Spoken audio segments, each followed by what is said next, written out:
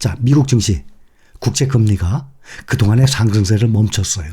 그리고 급락세로 전환하니까 나스닥 기술주를 중심으로 모든 종목들이 다들 일제히 상승했습니다. 어제에 이어서 연 이틀 상승했습니다. 다우지수 1.17% 상승했어요.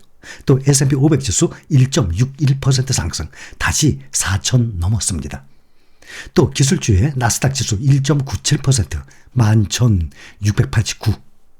필라델피아 반도체 지수는 1.48% 상승, 3,028. 다시 S&P 500 지수가 4,000을 넘었습니다. 그래서 4,045.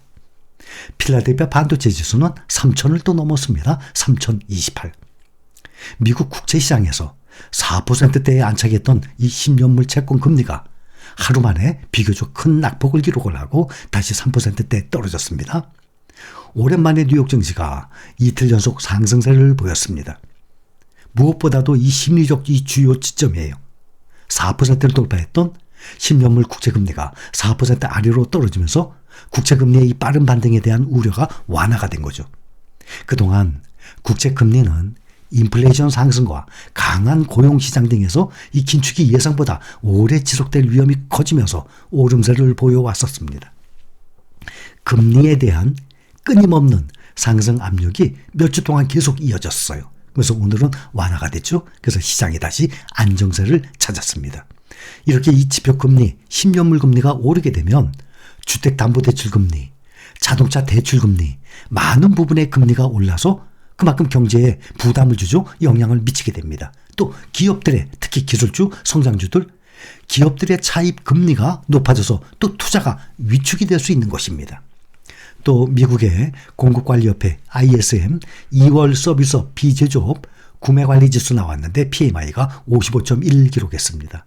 이것은 지난 1월에 55.2 이것을 소폭 하회했지만은 월스트리트저널이 집계한 전문가 예상치 54.3은 그보다는 상회됐어요. 이 지수는 이것도 50이 기준입니다. 경기 확장과 경기 위축 가늠하는 기준이 50이에요. 항상 보면은.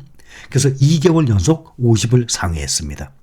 연방준비제도 이 당국자들은 지표가 계속 강한 모습을 보인다면 금리가 앞으로 더 높아질 가능성을 시사하면서도 당장은 지표를 좀 더 두고 보자, 지켜보겠다라는 발언을 했습니다.